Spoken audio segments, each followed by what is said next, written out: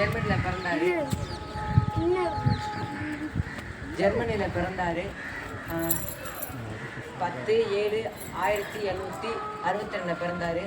அவர் 10 மேயு Catherine அவர்களுக்கு தமிழாக பிறந்தார். அவர் வீட்டில் அவர் ஒருத்தர் தான் ஆண் குழந்தை. அங்கே வந்து அவங்க எல்லாருமே அவங்க அம்மா சின்ன வயசுல இருக்கும்போது இறந்துட்டாங்க. ஒரு நாளில் அவங்க அம்மா இறக்கும்போது அவர்கிட்ட சொல்கிறாங்க, என்னோட மிகப்பெரிய சொத்தை பரிசுத்த வேதத்தில் தான் இருக்குது, நீங்கள் அதோட பக்கங்கள் எல்லாமே என் கண்ணினால நனைஞ்சிருக்கும், அதை போய் தேடி படிங்கன்னு சொல்லும்போது மற்ற பிள்ளைகளாம் சாதாரணமாக தந்தைக்கிட்ட போயிட்டு விட்டுட்டாங்க. ஆனால் சீகன் பாலுக்கு மட்டும் அது ரொம்ப இதுவாக உறுத்தலாக இருந்துச்சு. அதனால் அவங்க என்ன பண்ணுறாங்க, அந்த பைபிளை எடுத்து வாசிக்க ஆரம்பிச்சு. சின்ன வயசுலேருந்து எல்லா பைபிளையும் ஸ்பீடாக வாசிக்க ஆரம்பிச்சிட்டாங்க. வாசித்து அவங்களுக்கு தாக அடங்கலை. அதனால் என்ன பண்ணுறாங்கன்னா ஒவ்வொரு மொழியிலையும் படிக்க ஆரம்பிச்சாங்க. லத்தீன், கிரேக், எபிரே எல்லா மொழியிலும் படிக்கிறாங்க. அதில் ஒவ்வொரு அர்த்தத்தையும் புரிஞ்சுக்கிட்டாங்க.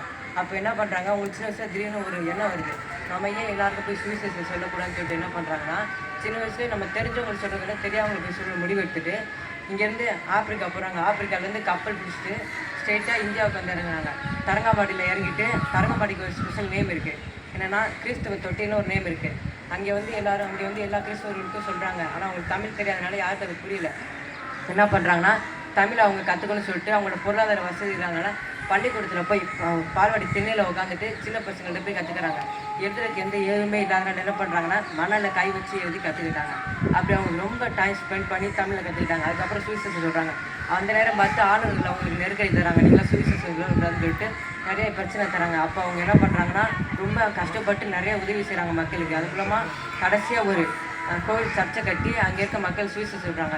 கடைசியாக நிறைய பேர் ரசிக்கப்படும் போது அவங்க கர்த்தருக்குன்ற விசுவாசமாக இருந்தாங்க. கடைசியில் பார்த்தா அவங்க ஒரு சின்னதாக இறந்துட்டாங்க. அப்போ அவங்க இறங்கும்போது இறக்குற கொஞ்ச நாளைக்கு முன்னாடி வந்து ஒரு அச்சம் காட்டுறாங்க. மொத்த பைபிளையும் தமிழ் எல்லாருக்கும் போனதுக்காக பைபிள் கட்டி அடிச்சுட்டு எல்லா கையிலும் கொடுத்துட்டாங்க. நிறைய பாட்டு புத்தகத்துலேருந்து பைபிள் வரைக்கும் அவங்க தான் அடிச்சுட்டாங்க. கடைசியாக அவங்க